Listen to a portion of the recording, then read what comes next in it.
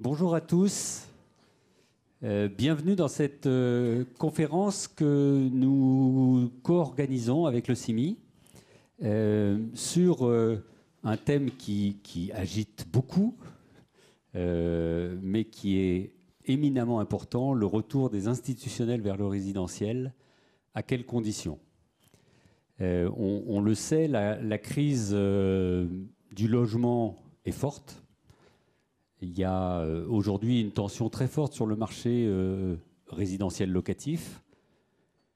Et il y a eu pendant une période, pendant la période, on va dire 2017-2021, un très fort attrait des investisseurs institutionnels vers le résidentiel, notamment lié au fait que les taux d'intérêt étaient très faibles et que donc le rendement locatif offert par le résidentiel était intéressant.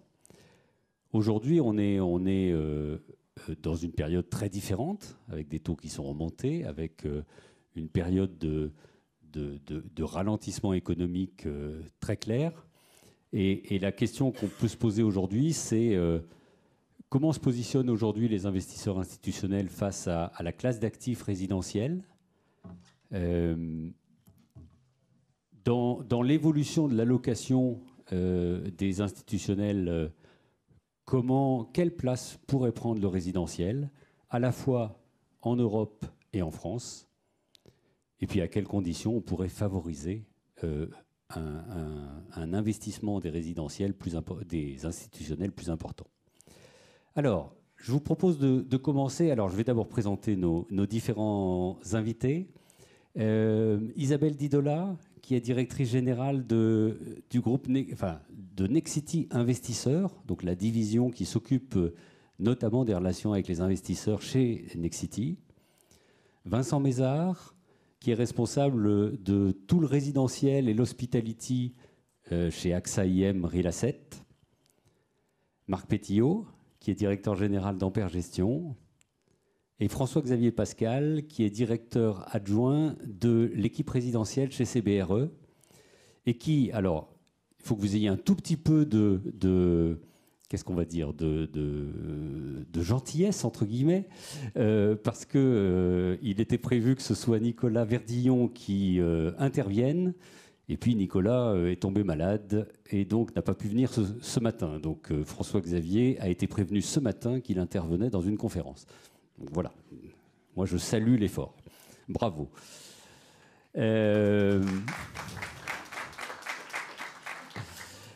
je vais commencer par vous, François-Xavier, en vous demandant un petit peu quels sont aujourd'hui les volumes investis en résidentiel, à la fois par les institutionnels, à la fois en Europe et puis en France.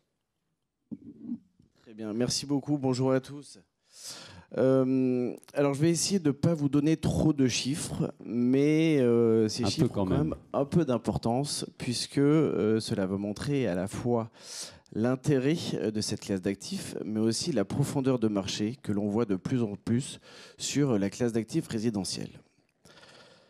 En 2019, les volumes d'investissement globaux étaient de 47 millions d'euros en France. Milliards, pardon. Oui, si je commence avec des milliards, enfin. Au même moment, en Europe, les volumes étaient de 332 milliards. En 2021, ces volumes sont passés au niveau européen à 370 milliards, notamment du fait d'une évolution majeure qui a été le fait qu'en Allemagne, les volumes résidentiels ont doublé pour passer à 49 milliards. Ce qui veut dire que l'impact du marché résidentiel sur le marché global est très important. Quand on regarde la part des volumes d'investissement résidentiel en Europe, aujourd'hui, ils représentent à peu près 23% des volumes d'investissement globaux.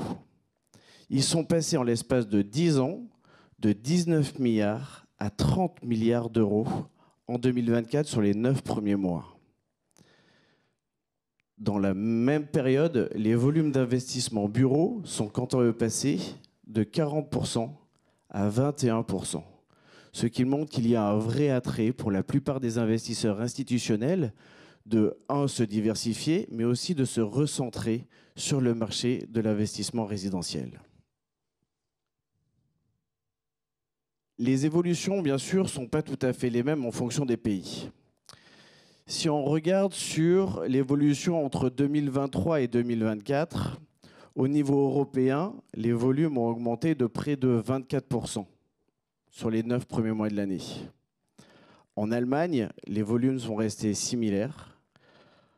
Aux Pays-Bas, ils ont fortement augmenté de plus de 33%. De même qu'en France, avec une évolution des volumes d'investissement résidentiel sur les 9 premiers mois de l'année de plus de 7%. Aujourd'hui, nous sommes à 3,4 milliards d'euros investis en résidentiel depuis le début de l'année. Tous ces chiffres sont bien sûr à analyser en profondeur. Pourquoi ? Puisque les dynamiques ne sont pas tout à fait les mêmes en fonction des différents pays. La France a aujourd'hui ces volumes qui sont majoritairement tirés vers le haut du fait de l'intérêt des investisseurs institutionnels sur la classe d'actifs résidentiels en bloc. La part du géré, alors que l'année dernière, en 2023, les volumes avaient explosé et représentaient à l'époque plus de 35% des volumes d'investissement, ont subi en 2024 une légère baisse. Alors attention, pas d'effet structurel, mais plus un effet conjoncturel avec le fait qu'il n'y ait pas eu de gros portefeuilles qui auraient été actés depuis le début de l'année. Mais on sait très bien que durant les 6 prochains mois, nous devrions avoir des références qui nous permettent d'avoir un effet nettement bénéfique sur les volumes en termes de gérer. En parlant de gérer, l'important est vraiment de savoir que le marché a fortement évolué.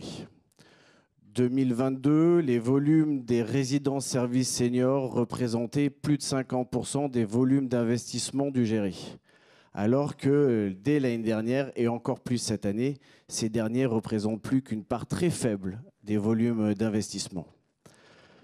Ceci a un effet premier, c'est sur l'évolution des taux, puisque les taux aujourd'hui de résidentiel bloc classique ont, après avoir connu une forte décompression durant les 2 dernières années, se sont stabilisés cette année et ont même connu une certaine baisse sur des marchés très corps tels que le marché parisien. Quant à la classe d'actifs gérés, ce désaveu de la classe pour le résidentiel service senior a marqué des fortes hausses de taux, alors que l'étudiant, du fait de son intérêt et de la volonté de beaucoup d'investisseurs, que ce soit des investisseurs institutionnels, mais aussi et surtout les investisseurs exploitants, a permis justement une réelle contraction de ces taux que l'on actera encore plus avec des références qui seront actées d'ici la fin de l'année. Voilà un petit peu pour les grandes lignes sur le marché de l'investissement au niveau européen et au niveau français. Peut-être qu'on peut continuer avec d'autres points sur lesquels je serais très heureux de vous répondre. Est-ce qu'on peut donner quelques éléments de taux, justement? On est où pour les résidences étudiantes, pour les meilleures résidences étudiantes? Aujourd'hui, le taux étudiant en France, en France ouais. Et on l'arrête aujourd'hui à un taux de 4,40. Il faut bien se rendre compte que c'est un taux qui est attendu par un investisseur institutionnel sur un bail commercial. Ouais. On sait que la typologie de ce marché et le marché en lui-même fait qu'on peut avoir des taux qui sont un peu plus contractés lorsque on est face à un investisseur exploitant qui, lui, justement, a un intérêt de faire grossir son patrimoine. Mais voilà aujourd'hui les bases de taux, alors que sur le senior, on a décompressé pour flirter avec les 5%. En revanche, la classe d'actifs résidentiels classique. En bloc, ouais. Bien qu'on ait peu de transactions de la part d'investisseurs institutionnels, puisque beaucoup du marché est fait par des investisseurs core plus value-add, qui, eux, tablent plus sur une plus-value à terme et sur des BP qui sont beaucoup plus courts. Aujourd'hui, on a quelques transactions qui ont été actées à des taux de 3,50, 3,40 à Paris, sur une détention long terme. Merci beaucoup pour ce premier état des lieux. J'ai envie de me tourner vers nos deux investisseurs. Et avant de regarder vers l'avenir et de regarder les perspectives, leur demander un retour dans le rétroviseur et de nous dire globalement, qu'est-ce que vous avez comme résidentiel? Vous avez du résidentiel dans vos portefeuilles. Alors, chez AXA, vous en avez pas mal. Chez Ampère Gestion, je dirais même c'est la totalité. Est-ce que vous êtes satisfait de la performance de vos investissements en résidentiel? Vincent, on va commencer par le regard sur le rétroviseur. Regard sur le rétroviseur. Tu as raison d'abord de regarder un peu dans le rétroviseur parce que, égard aux conditions qui nous feront revenir, la performance des portefeuilles, c'en est une. Donc c'est important pour nous. Le résidentiel, chez AXA IM, c'est 26 milliards d'euros d'actifs sous gestion dans 17 pays. Donc, ça représente un gros millier d'immeubles. Et les performances, elles sont bonnes, elles sont même meilleures qu'attendues. On est rentré dans la période actuelle avec inflation forte, remontée des taux, avec une inquiétude qui était celle de voir les coûts augmenter plus vite que les loyers. Voilà, ça, c'était notre grosse préoccupation, au-delà des valos évidemment. Mais sur un plan opérationnel, c'était ça. Et en fait, on est quand même plutôt rassuré. On a vu les loyers augmenter plus vite qu'attendu. Et les niveaux de charge, somme toute, passé la crise autour de l'énergie, les niveaux de charge se stabilisaient. Et ça, c'est très rassurant. On a un trio de tête où on va retrouver Londres. Londres, on marche très très fort avec en fait un marché en sous-offre, énormément de demandes, une demande friande de beaux produits. Et on a une stratégie très très claire où on achète plutôt ancien, on rénove, on amène à des niveaux de performance énergétique excellentes, on met du service et on reloue nettement plus cher. Et ça a très très bien fonctionné ces 3-4 dernières années. Qu'est-ce qu'on va retrouver dans le trio de tête? On a l'Allemagne avec un schéma complètement différent. En Allemagne, on est sur un rési, je l'appelle, je ne devrais pas le dire, je l'appelle boring rési, mais c'est un rési où il n'y a pas de service, le produit est très très standardisé, les immeubles aussi, c'est pas ce qu'il y a de plus rigolo. Mais objectivement, les règles d'indexation sont telles qu'on a très bien suivi l'inflation. L'inflation a été plutôt élevée en Allemagne, les salaires ont suivi, on n'a pas trop de problèmes d'affordability. Et donc les performances du portefeuille sont bonnes. Et puis dans le trio de tête, je vais mettre la France. Parce qu'on a réalisé un très gros investissement en logement intermédiaire sur lequel on est actif dans la gestion. On rénove énormément, donc au-delà de l'indexation, on va chercher de la réversion. On améliore les opérations, donc les taux d'occupation sont montés assez nettement. Et en fait, quand on cumule tout ça, on arrive à des perfs qui sont franchement intéressantes. Puis il y a quelques géographies qui souffrent. En fait, c'est les géographies qui sont soit en suroffre, ou plus exactement qui souffrent d'un manque de demande. On a ça en Finlande, par exemple. En Finlande, vous avez 1200 km de frontière avec la Russie. Pour la demande, c'est pas génial. Donc c'est un des marchés sur lesquels on souffre un peu. Et puis la deuxième cause de sous-performance, c'est les politiques locales. Ça peut arriver. Je prends souvent l'exemple de Dublin, on a un gouvernement irlandais qui, à Dublin, a mis en place des systèmes de cap sur les loyers qui sont franchement restrictifs et qui nous empêchent de capturer la croissance de revenus auquel on pourrait prétendre. Et ça, c'est difficile à éviter. On n'a pas la capacité, nous, à contourner ce genre de règles. Et juste un dernier élément en termes de valorisation des actifs, parce que là, tu as parlé essentiellement de la performance locative. Oui, parce qu'au quotidien, c'est ce qui nous occupe. Les valos, elles ont beaucoup bougé de manière parfois un peu anarchique, parce que les méthodes de valo diffèrent beaucoup d'un pays à l'autre, d'un segment à l'autre, et c'est une des difficultés qu'on a rencontrées. Le sentiment qu'on a, c'est qu'elles ont plutôt surcorrigé, notamment parce que les valueurs ont du mal à capter correctement les hausses de loyer qui nous ont surpris à la hausse et qu'eux ne voient pas directement. En fait, ils le voient avec un certain retard par rapport à nous. Donc le sentiment qu'on a, c'est qu'ils ont plutôt surcorrigé et que sur le plan des valos, on aura quelques bonnes surprises dans les mois qui viennent. Tu m'as pas répondu. Ça a baissé d'à peu près combien? Ça varie complètement entre des valos qui sont restés finalement assez stables, dans des géographies comme Suisse, Japon, quasi pas de mouvement de taux, c'est resté flat. Et l'Irlande, on a corrigé de plus de 15%, et c'est probablement à peu près le bout de la pente descendante. D'accord. Marc, d'abord rappelez-nous votre portefeuille, et puis la composition du portefeuille d'Ampère Gestion, et puis est-ce que vous êtes satisfait des performances qu'offre le résidentiel? Est-ce que les investisseurs qui sont dans vos fonds sont satisfaits? En fait, c'est la bonne question, parce que nous, on n'est finalement qu'un prestataire de service. La question, c'est est-ce que nos clients sont contents? Oui. Donc j'essaierai de répondre à cette question, mais le mieux, ce serait de leur poser la question, mais ce qu'on fait de temps en temps quand même. Donc nous, à la différence d'AXA, on est un peu monomaniaque, on investit qu'en France. Et donc le retour d'expérience que je vais vous faire, il est purement français. On gère aujourd'hui 12 milliards d'euros d'actifs uniquement du logement et uniquement en France. On a commencé il y a 10 ans avec 3 convictions. La première, c'est le logement comme infrastructure sociale tirée par des déterminants démographiques. Et donc investir là où il y a de la croissance démographique et là où il y a de l'emploi. Mais pas seulement à Paris, le faire sur l'ensemble de la France. Et essayer de faire le logement de monsieur et madame tout le monde. Pas un logement de luxe, mais un logement qui répond à la demande du plus grand nombre. Ça, c'était la première conviction sur laquelle on a essayé et on a réussi à emmener des clients. La deuxième conviction, c'est qu'il faut avoir une plateforme de gestion industrielle pour bien gérer le logement, parce que c'est une granularité très forte, c'est une intensité de gestion plus forte que sur le tertiaire, parce que les logements, ça se vide tout le temps et ça se remplit tout le temps. Les locataires, ils sont souvent pas contents et il faut donc leur apporter du service, et pour ça, il faut avoir une plateforme de gestion industrielle. Puis la troisième conviction, c'est que le logement, ça s'envisage dans la durée et qu'il faut essayer de chercher une offre de logement abordable et pas essayer forcément de maximiser le loyer.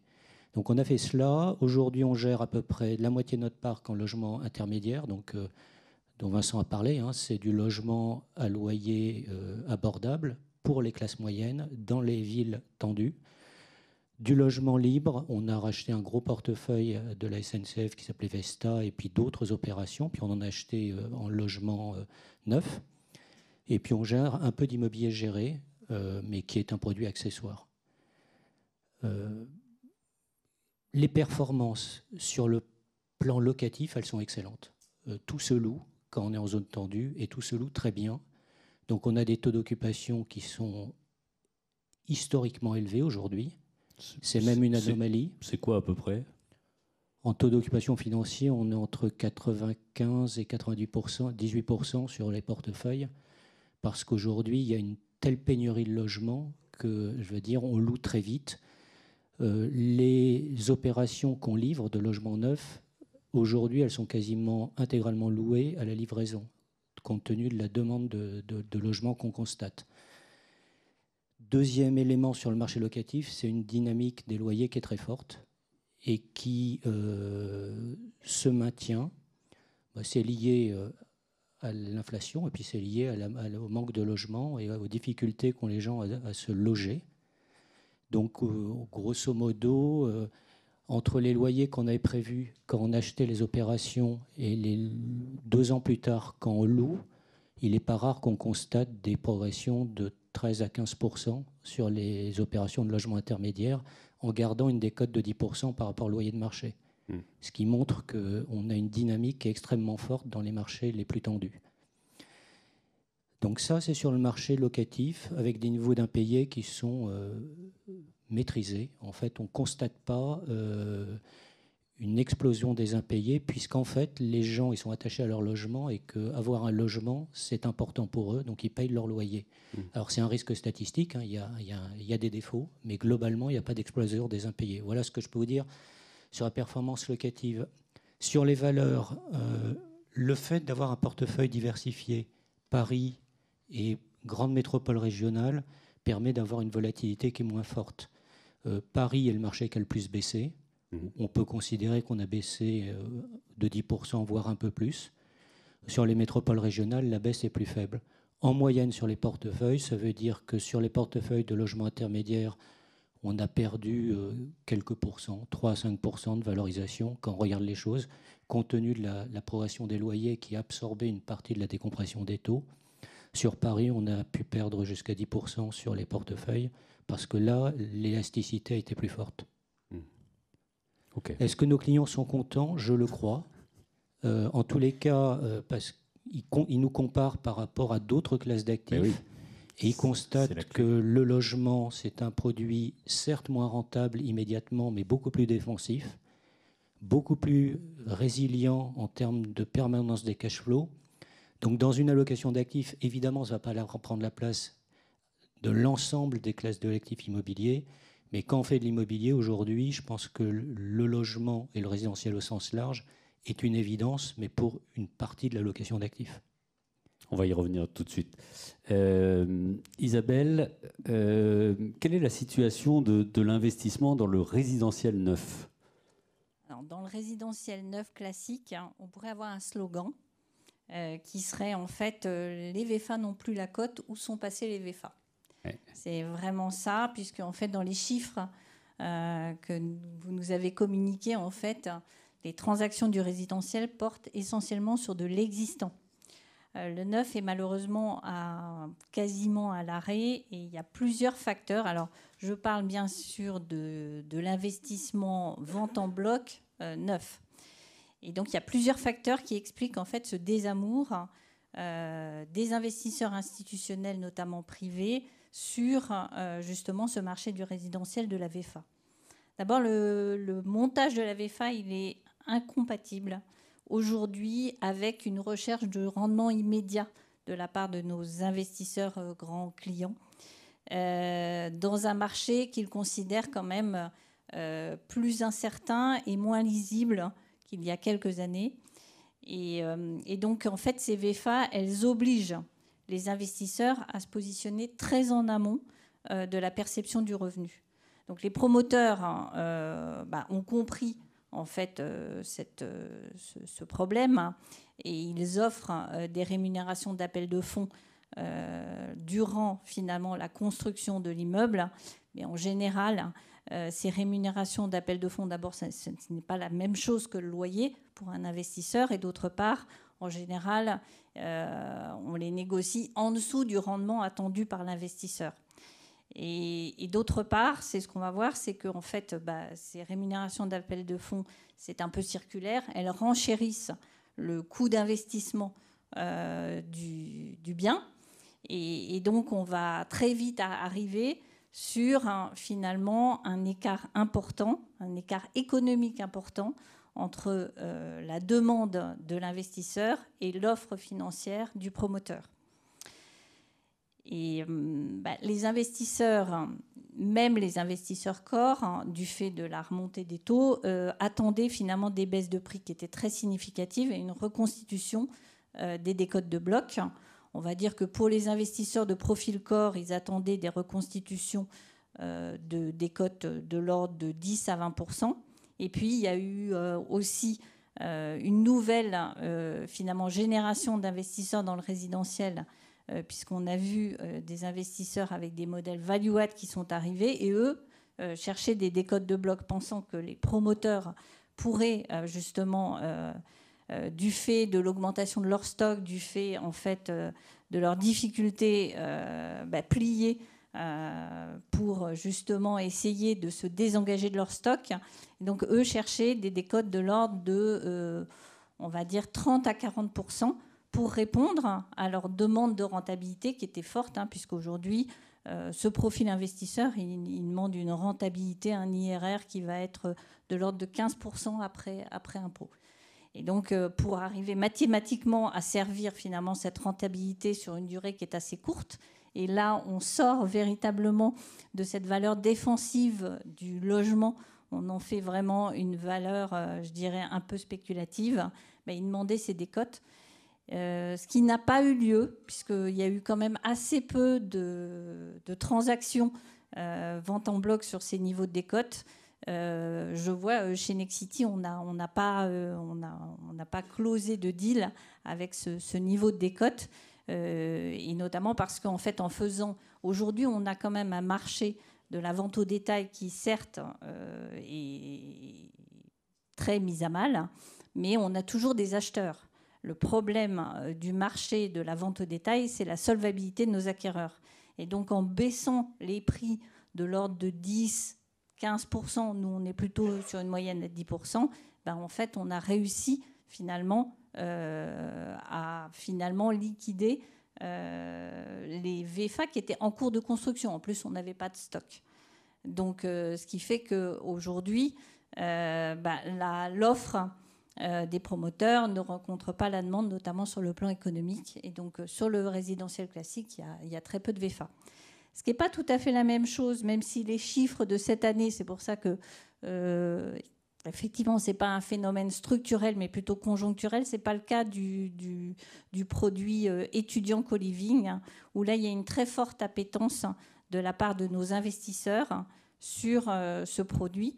D'abord, c'est un produit qui est plus compact et donc qui permet plus facilement d'optimiser les rendements et d'atteindre les rendements cibles de nos investisseurs. Donc ça, c'est quelque chose qui est beaucoup plus dynamique, on va dire. Les investisseurs qui sont à l'achat, pas tous, parce qu'il y en a un certain nombre qui ne sont plus à l'achat, mais les investisseurs qui sont à l'achat, et notamment effectivement les investisseurs exploitants qui constituent des plateformes et qui sont assez agressifs sur ce marché, là, on arrive à trouver finalement un équilibre, ou en tout cas, on s'en approche, un équilibre entre l'offre et la demande. Merci beaucoup. Alors, on va reprendre les différents points, parce que là, il y a pas mal de points. J'aimerais vous demander à nos deux investisseurs, pour vous, comment est-ce que vous, et ensuite à François-Xavier, comment est-ce que vous appréhendez l'appétence globale des investisseurs institutionnels pour le résidentiel? Vous avez déjà commencé à donner des éléments. Et comment pourrait évoluer la location d'actifs des institutionnels? On voit que, a priori, ils ont tous envie de réduire la part du bureau. Est-ce que ça pourrait profiter de manière claire au résidentiel ou pas tant que ça? Allez, Vincent. Oui, moi j'ai des convictions assez fortes sur ce sujet-là. D'abord parce qu'il y a peu de classes d'actifs dans l'immobilier en dehors du bureau qui offrent une vraie profondeur en termes de volume. Le résidentiel en fait partie. Il y a peu de classes d'actifs qui reposent sur des fondamentaux aussi forts que Marc a décrit, qui sont liés à la démographie, qui sont liés à l'évolution des salaires. C'est aussi des convictions qui sont étayées par plein de points de données. Si vous lisez les statistiques de l'INREF, par exemple, dans les derniers sondages, vous retrouvez les classes d'actifs favorites des investisseurs, que des lits. Vous retrouvez en numéro 1 le résidentiel, en numéro 2 vous retrouvez l'étudiant, en numéro 3 vous avez les hôtels, et ensuite viennent le retail et la logistique. Et bon, quelque part, cette salle est aussi représentative de ce qui se passe. Elle est pleine. C'est pas tous les jours qu'on fait des conférences avec toutes les chaises qui sont remplies, et c'est à 14 heures en plus. C'est un signe de plus. On parle aussi à nos clients et on leur parle de plus en plus souvent et de plus en plus souvent à leur demande en fait. On a de plus en plus de clients qui viennent nous voir en disant écoutez, moi je veux déployer un résidentiel, comment on fait? Et c'est une question qui n'est pas complètement évidente pour les institutionnels parce que finalement, historiquement, les institutionnels, ils ont fait beaucoup de résidents directs. Et comme l'expliquait très justement Marc, c'est assez compliqué à gérer le résidentiel. C'est granulaire, c'est opérationnel. Et puis un immeuble de résidentiel, c'est somme toute assez petit en taille. Alors quand on cherche à le développer, à le construire, c'est très grand. Mais en fait, quand on est institutionnel, un immeuble, c'est assez petit. Et donc pour construire une exposition résidentielle, c'est des dizaines, voire des centaines de lignes. Et on est appelé pour des gros fonds de pension, des grosses institutions qui cherchent à déployer plusieurs centaines de millions d'euros dans la classe d'actifs. Et un des efforts qu'on fait, c'est de leur apporter des solutions qui leur amènent immédiatement une vraie diversité, à la fois en termes de géographie et en termes de produits, ce qui est un bon moyen de leur amener la résilience et finalement le risk-adjusted return qui viennent chercher quand ils s'intéressent au résidentiel. Marc ? Moi, je ne vais pas redire les mêmes choses. Je pense qu'il y a effectivement un souhait et une envie de développer la classe d'actifs résidentielle de la part des institutionnels, et ça ne date pas d'aujourd'hui, hein, ça a commencé maintenant depuis un certain temps, compte tenu du fait qu'ils ont pris conscience quand même que c'était un bien structurant en termes d'aménagement du territoire, en termes de réponse à des besoins qui sont des besoins sociaux. On voit bien qu'aujourd'hui, quand on parle de réindustrialisation, derrière ça, il y a la thématique résidentielle. Quand on voit ce qui se passe à Dunkerque, à Douai, etc., une des grosses contraintes, c'est d'être capable de loger les gens qui vont venir travailler sur ces territoires où on crée des usines. Donc on voit bien que le logement, c'est un élément essentiel. Il y a donc structurellement, je pense que le résidentiel va retrouver davantage de place dans l'allocation d'actifs. Conjoncturellement, il y a une difficulté objective qui est, comme l'a dit Isabelle, que quand on regarde les exigences de rendement immédiat pour être capable de servir un revenu par rapport à ce que peut offrir le résidentiel immédiatement, eh bien, il y a une difficulté qui explique qu'il est plus difficile de convaincre les investisseurs s'ils sont simplement dans la vision court terme de quel est le coupon. Et donc, il y a effectivement un effort de pédagogie qu'on fait. On va probablement lever très prochainement un nouveau fonds de logement intermédiaire. Ça veut dire qu'il y a des gens qui peuvent écouter. C'est plus difficile, ça demande plus de pédagogie, mais on peut y arriver. Mais ça explique aussi que beaucoup d'investisseurs se soient déportés du neuf pour aller sur l'ancien, parce que sur l'ancien, on peut reconstituer des décotes, puisque par définition, on n'a pas les mêmes contraintes que celles du développement d'une opération neuve. Hein. Puis une fois qu'on a mangé la marge du promoteur et les frais de commercialisation, je veux dire, on arrive à la limite de l'exercice. Et ce n'est pas souhaitable pour le promoteur, d'ailleurs, parce que ça ne peut pas durer éternellement. Donc, là où on peut retrouver des marges à travers une décote de bloc et d'occupation, c'est sur l'ancien, sur lequel on achète. Éventuellement, on améliore la performance et on crée de la valeur. Et c'est pour ça qu'aujourd'hui, il y a plus d'investisseurs qui s'intéressent à l'ancien, à l'existant qu'au neuf, avec une forte concurrence des stratégies courtes, type marchand de biens, qui peuvent accepter des décotes plus faibles, puisqu'ils les transforment beaucoup plus vite. Et c'est bien la difficulté qu'on a quand on est un investisseur de long terme, aujourd'hui dans le marché actuel. On ne désespère pas de trouver des chemins avec les promoteurs. On voit quand même que les prix des logements neufs se sont assagis, que dans le même temps, les loyers ont progressé, qu'on peut commencer à retrouver des rendements qui permettent de faire des choses. Mais c'est sûr qu'aujourd'hui, il y a une vraie attente, mais que l'équation économique est plus tendue. François-Xavier ? Je partage complètement ce point de vue, et d'autant plus que dans les discussions qu'on a, nous, au jour le jour, avec beaucoup d'investisseurs internationaux qui s'intéressent au marché français, qui n'étaient pas non plus des habitués du marché résidentiel, puisque c'était plutôt drivé vers le bureau, la logistique ou le retail. Aujourd'hui, ils essayent de rentrer sur ce marché, mais le problème, c'est que la rentabilité qui est offerte par la classe d'actifs résidentiels au sens large est trop faible pour eux actuellement.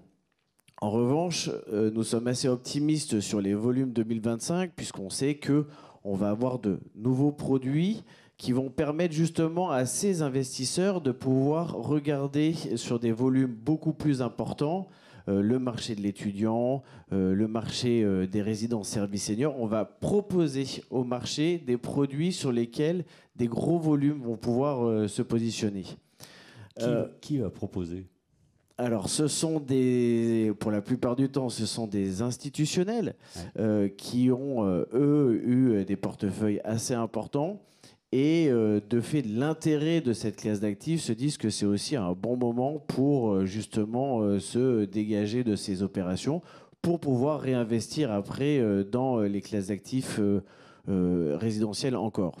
Il y a un point qui est quand même aussi important à noter, c'est que pour beaucoup d'investisseurs étrangers, les freins qui sont donnés par ce marché avec des loyers qui sont plafonnés dans la plupart des grandes villes montrent que déjà le rendement est pas très important. Quand on cherche des TRI, alors peut-être pas de 15%, ou alors c'est vraiment sur des valuades, mais même quand on cherche des TRI de 10-12%, et qu'on voit que dans la plupart des grandes agglomérations françaises, les loyers sont plafonnés, donc du coup on ne peut pas espérer sur du moyen terme pouvoir dégager des rendements supérieurs. C'est vrai que c'est un petit peu compliqué, et c'est ce en quoi beaucoup de nos confrères qui travaillent dans des pays limitrophes ont parfois un petit peu plus d'intérêt sur cette classe d'actifs. Mais sans reprendre ce que disait tout à l'heure Vincent, aujourd'hui, les investisseurs ont largement coché la classe résidentielle, que ce soit pour les acteurs français historiques, mais de plus en plus par les investisseurs étrangers. Merci. Marc, on a tous lu le fait que CDC Habitat va mettre sur le marché des gros portefeuilles. Est-ce que vous pouvez nous en dire un tout petit peu plus ? Objectivement, non. Bon. Dans la mesure où moi, je ne gère pas le patrimoine sur fonds propres de CDC Habitat. Oui. J'ai lu le même article que vous, mais je n'en sais pas plus, donc j'en dirai pas plus. Ce qu'on peut dire, c'est que historiquement, quand on regarde dans le rétroviseur, il y a eu un certain nombre de grosses opérations, de gros portefeuilles qui ont été commercialisés. J'ai parlé de Vesta. Oui. Il y a Chronos, qui a été évoqué en subliminal par Vincent. On a fait Lamartine il y a 2 ans, qui était une très grosse opération. L'intérêt des gros portefeuilles, d'une façon générale, c'est que ça permet de traiter le sujet de la granularité des opérations du logement, c'est-à-dire pour un acteur qui souhaite de se diversifier en logement, tout de suite avoir une diversification et un patrimoine constitué. Ce qui répond, j'allais dire, à l'attente d'un certain nombre de grands investisseurs, qu'ils soient français ou internationaux. Et donc c'est une façon de faire venir sur le logement des acteurs qui ne viennent pas lorsqu'on parle d'opérations à l'unité. Et donc on peut imaginer que ça crée du volume et que ça crée des transactions, parce que ça fera venir des gens qui aujourd'hui ne sont pas dans le marché, puisqu'ils pourront avoir une empreinte immobilière importante tout de suite et déployer rapidement de l'equity. Et donc c'est ça qu'on constate sur les opérations qu'on a fait dans le passé. Mais après, sur ce qui va se faire en 2025, là je ne peux pas vous répondre. Merci. Vincent, juste pour réagir sur ce que disait François-Xavier, est-ce qu'on ne peut pas, et d'ailleurs à tous les trois, est-ce qu'on ne peut pas basculer d'une approche rendement locatif à une approche rendement global ? Parce que quelque part, la rentabilité du résidentiel, c'est essentiellement du rendement en capital, et c'est pas tant que ça du rendement locatif. Ah. Elle est dure ta question, Christian. Je ne sais pas si tu décris la solution ou si tu décris le problème. Quand on commence à avoir finalement des stratégies qui sont trop tournées vers la création de valeur en capital, on rentre en fait dans une stratégie qui est plus tout à fait corps, qui est une stratégie plus proche de ce que font des marchands de biens qui vont acheter, essayer de capter une forme de réversion, de vendre à la découpe. Ce qui est tout à leur honneur, en fait, ce sont des stratégies qui sont formidables, qu'on peut tout à fait considérer dans une part de l'allocation d'actifs, mais qui sera toujours un peu marginale pour nous. La réalité, c'est que le gros du résidentiel, il doit être probablement détenu par des acteurs qui sont là sur le long terme et qui souscrivent à des sous-jacents qui sont avant tout liés à la capacité à produire de l'income, quelles que soient les circonstances, et à bien capter l'inflation. Ensuite, pour aller chercher des franges du résidentiel qui génèrent un peu plus de rendement, il y a des manières de se diversifier. On fait plusieurs choses intéressantes sur cette thématique-là. On a l'étudiant géré, dans lequel on a décidé d'intégrer les opérations, ce qui nous permet d'abord d'avoir une excellente expérience utilisateur, une jolie plateforme de développement, et puis qui nous permet d'améliorer évidemment les rendements. On intègre verticalement la chaîne de valeur. Dans les autres thématiques qu'on aime bien, on soutient de plus en plus de promoteurs avec qui on rentre en JV sur des opérations build to sell. On l'a fait récemment à Madrid, on l'a fait à Milan, là, juste en face de San Siro, donc qui est pour nous finalement une manière de capter cette création de valeur un peu plus court terme, mais on le fait avec des capitaux différents. Et je crois qu'il y a quand même une vraie nécessité et un vrai appétit de capitaux long terme à se déployer sur le rési de manière tout à fait pérenne. Et là, pour le coup, je suis plutôt assertif en disant qu'il faut absolument considérer le revenu comme étant le premier driver de la décision. Ok. Isabelle ? Moi, c'est plutôt sur l'horizon temps de détention et notamment sur l'acceptabilité finalement de ces ventes en bloc auprès des collectivités. Puisque en fait, les promoteurs sont quand même assez proches des collectivités. En général, quand on veut faire une vente en bloc, l'usage est quand même qu'on en discute avec la collectivité. Et je pense que la multiplication finalement d'un modèle value-add et finalement justement qui ne serait pas basé sur une détention long terme ne serait pas du tout finalement bien perçu par les collectivités et ne rendrait pas service. Le logement, pour moi, est un investissement de structure. Il faut qu'il le reste comme tel, en tout cas pour tout ce qui est développement du logement neuf. C'est important. Les collectivités ont le souci de la pérennité, quelque part, de ces logements, de leur entretien. Et donc, en fait, des détentions, on a vu ça avec le développement d'un certain nombre de demandes, et c'est là où on a vu ces fameuses décotes de prix. J'ai même vu des modèles où l'investisseur était prêt à nous acheter des logements avec 40% de décote, ne pas les louer pour en disposer le plus librement possible et les vendre à très court terme le temps que le marché remonte. Ça, c'est des choses qui, pour le développement du neuf, pour l'acceptabilité finalement de l'investissement institutionnel auprès des collectivités n'est pas bonne du tout. Marc ? Moi, il me semble que la composante revenu dans le logement est essentielle. Simplement, il faut tenir compte du profil de risque. Quand on parle on le compare à du géré, en fait, le risque n'est pas du tout le même. Parce qu'en fait, sur du géré, il y a un risque d'exploitation qui est le risque de l'exploitant et de sa capacité à générer du revenu. Quand on est sur du logement, on a une sécurité du cash flow qui est beaucoup plus forte, d'une part, et on a une obsolescence de l'actif qui est beaucoup moins rapide que sur beaucoup d'autres classes d'actifs. Et donc, quand on regarde le revenu récurrent du logement, il faut en tenir compte. Sinon, je crois qu'on fait une erreur d'analyse et il y a un certain nombre d'autres classes d'actifs où, en fait, d'une certaine façon, le revenu devrait servir à contrecarrer l'obsolescence technique ou même économique des actifs qu'on détient. Ce qui n'est pas le cas sur le logement. Sur le logement, l'obsolescence est très faible et elle est soit liée aux normes, et il y a évidemment un sujet de normes environnementales aujourd'hui, donc il y a un vrai effort par rapport à ça, mais qui concerne toutes les classes d'actifs, soit lié aux évolutions de mode de vie, c'est-à-dire la diminution de la taille unitaire des logements. Mais si on fait abstraction de ces deux obsolescences-là, on est sur un actif qui est beaucoup plus durable et donc qui génère intrinsèquement moins de besoins de cash flow que d'autres classes d'actifs. Et ça, il faut en tenir compte quand on compare les classes d'actifs. Et d'ailleurs, ce qui s'est passé sur le géré senior le démontre bien. Un certain nombre d'exploitants connaissent des vicissitudes, ce qui se traduit mécaniquement par des dégradations de la valeur des actifs sous-jacents.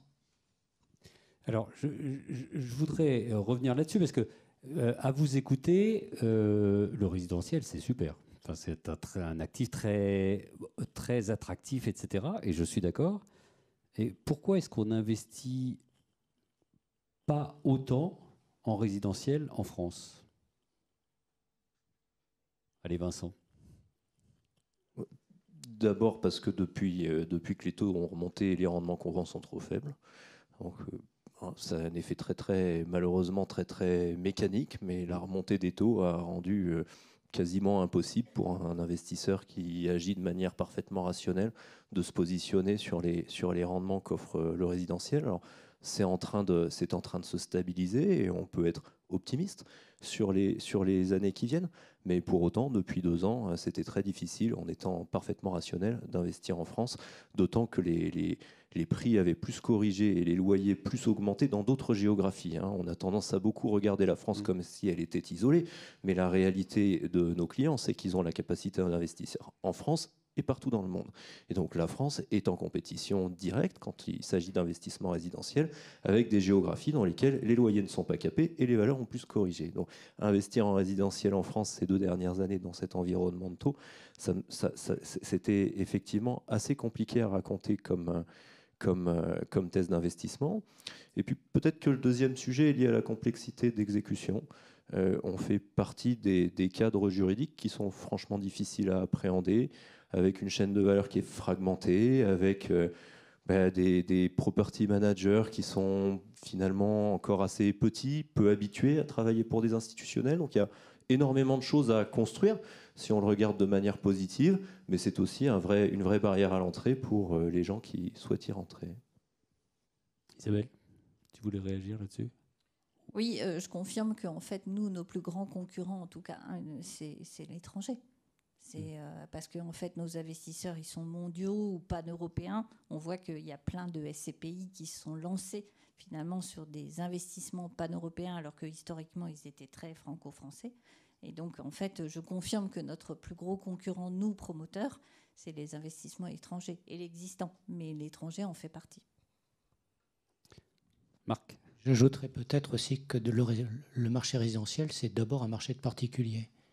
Oui. On oublie de le dire, mais globalement, alors c'est aussi une chance, parce que ça veut dire que la sortie, elle n'est pas uniquement une sortie institutionnelle, mais elle est naturellement aussi une sortie vers les particuliers. Mais à l'entrée, il faut se rappeler que le marché du résidentiel, c'est un marché d'abord de particuliers, et que comme investisseur institutionnel, on a parfois des exigences de rendement ou de contraintes qu'on voudrait imposer, notamment aux promoteurs, qui fait qu'il a peut-être convenance d'abord à vendre aux particuliers. Et donc, l'univers, le terrain de jeu du résidentiel, si on veut déployer des portefeuilles en neuf, ce qui est souvent la demande de nos investisseurs aujourd'hui, il n'est pas extensible à l'infini parce qu'il faut trouver sa place dans un marché dans lequel on a tout monsieur et madame tout le monde qui aussi souhaitent acheter. Merci beaucoup. Je voudrais revenir sur le gérer. On le sait, il y a quand même, alors même si la part, effectivement, vous avez raison François-Xavier, a diminué cette année, beaucoup d'investisseurs institutionnels ont regardé le gérer, enfin des résidences gérées depuis quelques années parce que la rentabilité est supérieure. Quelques mots sur pourquoi le déclin des RSS, des résidences services seniors, et puis est-ce que l'engouement vers l'étudiant n'est pas trop fort à l'heure où on a quand même des tendances de natalité qui sont plutôt déclinantes? Est-ce qu'on va avoir des flux d'étudiants qui vont avoir besoin de manière durable de ces résidences étudiantes vers lesquelles tout le monde va? Pour parler du déclin, au moins en termes de volume sur les résidences services seniors, voilà, je pense que tout le monde est à peu près au courant des scandales qu'il y a pu y avoir sur cette classe d'actifs, mais plus par rapport à l'EHPAD, mais qui ont eu un côté négatif. À côté de ça, le point important, c'est que peut-être qu'on était arrivé au bout d'un modèle sur lequel, justement, il était difficile pour des exploitants de résidences services seniors de pouvoir eux-mêmes gagner leur vie, puisque les loyers qui avaient été proposés étaient peut-être un peu décorrélés de ce qu'ils avaient pu imaginer à l'origine. Alors ceci, on le sait très bien pourquoi. Le fait de la hausse des charges qui a été assez importante, le coût de la main-d'œuvre qui a été aussi importante. En fait, tout ceci a mis un petit haro sur cette classe d'actifs. Néanmoins, c'est pas une fin en soi. On est assez optimiste parce qu'on pense que le produit en lui-même a quand même un intérêt social, un intérêt sociétal, va avoir un intérêt aussi démographique, puisque on sait aujourd'hui que la population française va vieillir, qu'on aura besoin de plus en plus de logements pour accueillir ces seniors qui sont encore en capacité d'avoir une vie correcte et plutôt en RSS plutôt que passer directement en EHPAD. Donc voilà, on pense que, nous on a des vraies convictions sur le fait que c'est uniquement conjoncturel et pas structurel et qu'on va pouvoir avoir de nouveau de l'intérêt sur des produits, en revanche, qui auront été corrigés des erreurs qui avaient pu être faites durant les 2 ou 3 dernières années. Par rapport à l'étudiant, c'est vrai qu'on a un peu une tendance à comparer la baisse des volumes des résidences services seniors et la hausse des volumes sur l'étudiant. Les deux ne sont pas liés. On est quand même face à deux sujets qui sont quand même un peu différents, qui répondent à des besoins aussi similaires, mais sur lesquels la France a eu un petit peu de retard par rapport à ses voisins, notamment au UK. En termes de volume d'investissement, depuis 5 ans, l'étudiant représente à peu près 20% des volumes d'investissement au UK. Depuis 6 ans, les volumes d'investissement étudiants représentent à peu près 25% des volumes d'investissement aux Pays-Bas. En France, on a eu depuis 2 ans vraiment un vrai intérêt et un vrai hausse des volumes, parce que la France est en retard par rapport au développement qu'il y a pu y avoir dans les pays étrangers. Est-ce qu'il y a un risque de suroffre, puisque c'était ça votre question? Je ne pense pas encore. Pourquoi? Parce que la demande est telle, on a encore un nombre d'étudiants qui croît fortement, à la fois en France, mais aussi du fait du nombre d'étrangers qui viennent étudier en France, qui fait qu'on est sur un business model qui va encore perdurer pendant encore de nombreuses années. En revanche, est-ce qu'il faut transformer tous les immeubles, mettons, de bureaux vacants en résidences étudiantes? Peut-être pas. Une partie, mais peut-être pas tous. Isabelle, sur résidence étudiante, résidence senior? Sur la résidence étudiante, comme le promoteur commence quand même, un temps de développement et de montage des opérations qui est relativement long, il faut revenir aux fondamentaux finalement de l'immobilier, c'est-à-dire un produit bien pensé pour une bonne localisation. Et ça, c'est quelque chose qu'on répète régulièrement à nos opérationnels, de façon à justement, à éviter finalement de se retrouver, comme sur les RSS, avec un certain nombre d'actifs sur lesquels on aurait fait les montages, puisqu'il faut compter environ 24 mois, on va dire, pour un montage sur, que ce soit une résidence étudiante ou une résidence senior ou même du logement classique, une opération. Et donc pour éviter de se retrouver avec finalement une opération permis obtenu et dépenses de frais d'études exposées qu'on ne saurait pas finalement commercialiser du fait d'un éventuel retournement de marché de la part des investisseurs institutionnels qui aujourd'hui effectivement ne veulent que de l'étudiant. Donc ça, c'est quelque chose sur lequel on est quand même très attentif. Sur la résidence senior, finalement, le problème, c'est que c'est une classe d'actifs pour moi qui a beaucoup d'avenir, compte tenu finalement de l'évolution de la pyramide des âges, mais dont le modèle est totalement à repenser.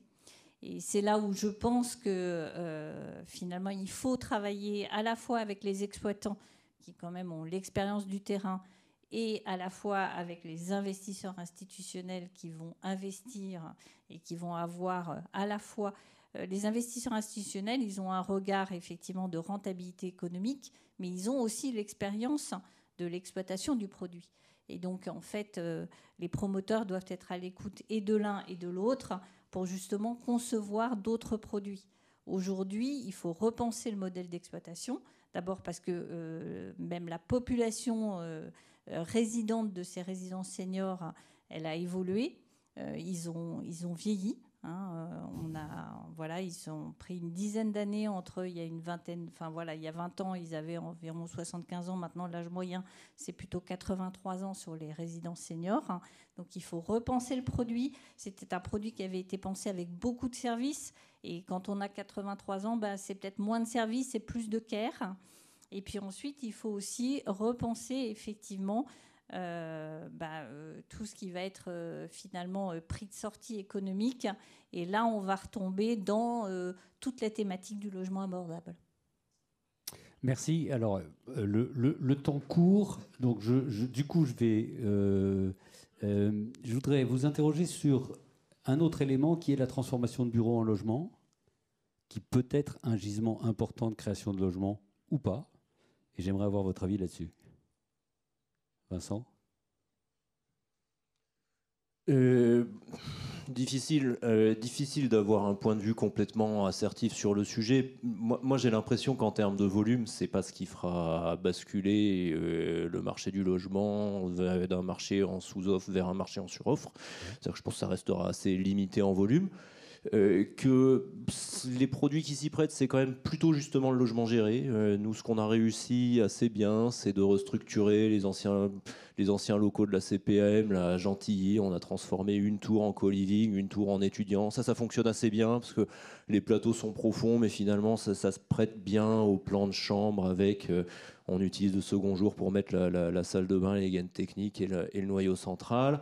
De là à y voir une solution au problème encore une fois de déséquilibre entre l'offre et la demande qui sont forts en logement, j'y crois pas beaucoup. Donc je pense que c'est probablement une bonne solution pour ceux qui sont coincés avec des immeubles de bureaux obsolètes, mais par contre l'impact réel sur l'offre et la demande en logement, j'y crois moins. Isabelle, peut-être là-dessus? Oui, alors sur la transformation bureau-logement, déjà on a la loi ZAN qui va nous limiter quand même, et notamment tout ce qui est sujets environnementaux qui nous limite quand même de façon assez drastique sur la production de neuf sur du terrain qu'on pourrait appeler greenfield, ou bien sur des démolitions-reconstructions. Mais néanmoins, je suis d'accord avec Vincent.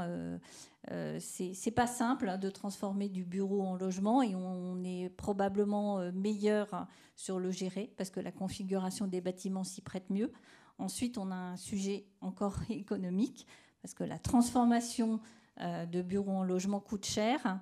Moi, on estime à peu près qu'on a un différentiel de coût de construction de l'ordre de 30% supplémentaire quand même. Donc c'est quelque chose qui pèse finalement économiquement sur les sujets. Il faut aussi que les vendeurs de bureaux soient prêts à accepter des décotes de prix qui sont très importantes dans le cadre de projets de développement de transformation bureau en logement, ce qui est aussi un sujet. Néanmoins, nous on a pris en fait la mesure du sujet puisqu'on a créé en fait chez Nexity un pôle qui est spécialisé justement dans tous les sujets de régénération urbaine, du plus granulaire qui va être la transformation d'un actif de bureau en logement ou en autre usage. D'ailleurs, on ne travaille pas que sur la transformation en logement. Et qui va travailler aussi sur des sujets plus larges qui vont être la construction de la ville sur la ville. En tout cas, le but est de travailler sur le déjà là. Et le but, effectivement, est de travailler sur les coûts de construction, travailler malin. On voit qu'on a fait beaucoup de progrès chez les promoteurs sur justement cette transformation en appliquant finalement des travaux là où on en avait besoin et pas de façon un peu unilatérale, ce qui renchérissait beaucoup le coût. Donc on a beaucoup progressé. Je pense qu'on a encore beaucoup à faire. Mais effectivement, de là à dire que ce marché est un marché qui va exploser et permettre de répondre à la demande de logement, je ne suis pas certaine. Marc, rapidement. Alors très rapidement, je ne vais pas redire tout ce qui a été dit. Moi, je pense qu'aujourd'hui, il y a des contraintes techniques, mais il y a aussi des contraintes politiques et d'acceptabilité locale. Quand on regarde ces dossiers, souvent, la première des contraintes, c'est la possibilité de faire évoluer les documents d'urbanisme et c'est la possibilité d'avoir l'accord de la collectivité. Parce que développer du logement quand on transforme du bureau, c'est perdre de la recette fiscale et c'est avoir la nécessité de créer des équipements. Et aujourd'hui, beaucoup de villes n'y sont pas prêtes. Et donc, il y a beaucoup de zones de bureaux qui pourraient muter vers le logement, parce qu'évidemment, des zones de bureaux qui meurent, il faudra bien en faire quelque chose. Ça ne peut pas rester des friches. Donc, est-ce que c'est la transformation ou autre chose? J'en sais rien. Mais en tous les cas, les dossiers qu'on a regardés, la première des contraintes, c'était quand même une contrainte d'urbanisme et d'acceptabilité locale. Je voudrais une dernière question, il y en aurait plein d'autres, mais une dernière question sur est-ce que tout ça, ça ne vous amène pas aussi, vous investisseurs, à repenser la relation dans la chaîne de valeur avec des promoteurs, avec des exploitants? Vincent ? Si, un peu, forcément. C'est pas complètement nouveau, hein. Je le disais sur le gérer, la décision d'investir dans une plateforme qui est capable d'opérer, qui a sa propre marque, ça en fait partie. C'est considérer que finalement, pour adresser correctement un segment du marché, on a besoin de un peu plus que l'immobilier. On a besoin des bonnes personnes, on a besoin des bonnes marques, on a besoin du bon canal de distribution pour faire en sorte de finalement maximiser les revenus qu'on est capable de générer et donc les retours sur investissement. Je pense que d'autres logiques seront à l'œuvre quand il s'agira de revoir la bonne manière de concevoir la chaîne de valeur sur le neuf. On a des discussions intéressantes avec les aménageurs en ce moment, avec finalement l'idée de pouvoir s'impliquer plutôt dans les projets, de pouvoir concevoir des ensembles plus grands à la programmation pensée pour être loué. C'est pas tout à fait le même produit, le produit qui est destiné à la location et le produit qui est destiné à l'accession. Et d'arriver à travailler ces sujets-là en amont avec les aménageurs et dans une relation avec le promoteur qui est un peu différente, c'est probablement une des pistes de réflexion pour les mois et les années qui viennent. Marc ? Alors nous, on a commencé il y a un certain temps, Isabelle peut en témoigner, c'est-à-dire que c'est d'essayer de définir avec les promoteurs des cahiers des charges qu'on partage pour avoir des produits qui correspondent à ce qu'on veut faire en termes de produits qui ont pour destination d'être loués. C'est aussi essayer de négocier avec eux, je veux dire sur des volumes importants et pas à l'unité, mais essayer de définir des paniers sur lesquels on s'engage. Et puis, c'est comme je l'ai dit, avoir une plateforme industrielle qui va du sourcing jusqu'à la vente, en passant par la location, le suivi technique, pour avoir des modalités d'intervention qui soient aussi homogènes et aussi standardisées que possible. Et je veux dire, être capable d'appréhender la totalité du processus de façon séquencée et organisée. Et je pense que c'est comme ça qu'on est capable de développer une offre efficace et de répondre à tout ce qu'on s'est dit avant sur les attentes des investisseurs. Isabelle, côté promoteur ? Côté promoteur, compte tenu finalement du marché aujourd'hui qui est quand même très dur pour les promoteurs, on n'a pas attendu pour essayer de travailler à la fois sur la conception du produit, en essayant justement, puisqu'on a la chance d'avoir des exploitants maison, des exploitants qui travaillent avec nous au quotidien, de les intégrer dans la conception des produits. On recherche aussi, c'est quelque chose à faire baisser le coût de construction, c'est vraiment un enjeu, faire baisser aussi la durée de réalisation de nos projets, puisqu'on a vu que c'était quand même un frein à l'investissement institutionnel. Donc ça, c'est des choses sur lesquelles on travaille, et notamment à l'industrialisation des produits à travers le modulaire.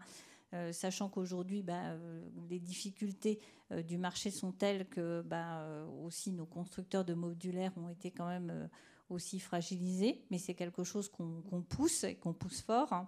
Et puis, on essaie aussi de trouver des substituts au modèle de la VEFA et d'avoir finalement des partenariats qui vont être plus forts avec les investisseurs. Des partenariats notamment capitalistiques sur lesquels on va justement essayer de trouver des investisseurs qui vont avoir une appétence pour le développement ou qui vont chercher à capter de la valeur plus en amont et donc à les accompagner sur finalement un co-investissement.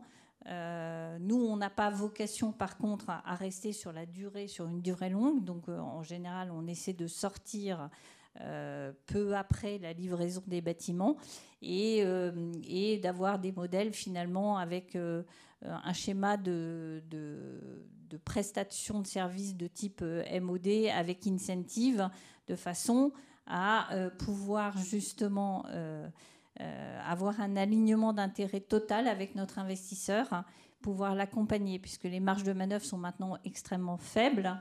Eh bien, en fait, c'est de se dire on a un vrai partenariat, on est impliqué capitalistiquement, on ne préempte pas la marge, et par contre, effectivement, on est véritablement intéressé à la réussite et au remplissage de l'opération, au respect des délais et des coûts de travaux. François-Xavier ? Non ? Allez-y. Pas grand-chose à rajouter, puisque justement, ce sont vraiment des clés d'évolution pour nous, pour ce marché, pour puis redonner un peu de liquidité. Nous, on est complètement liés. Je pense qu'il faut qu'on travaille aussi de plus en plus pour arriver à des produits qui sont validés par les investisseurs, validés par les promoteurs, le tout dans une chaîne commune qui seront derrière validés par les pouvoirs politiques, puisque c'est vrai que c'est un des sujets qui nous anime beaucoup en ce moment. Donc voilà, travaillons tous main dans la main pour arriver aux meilleurs produits et pour justement pouvoir permettre les meilleurs rendements pour rechercher par les investisseurs. Merci beaucoup. Ce sera le mot de la fin. Un grand merci à tous d'avoir été présents en nombre. Je pense qu'on peut les applaudir.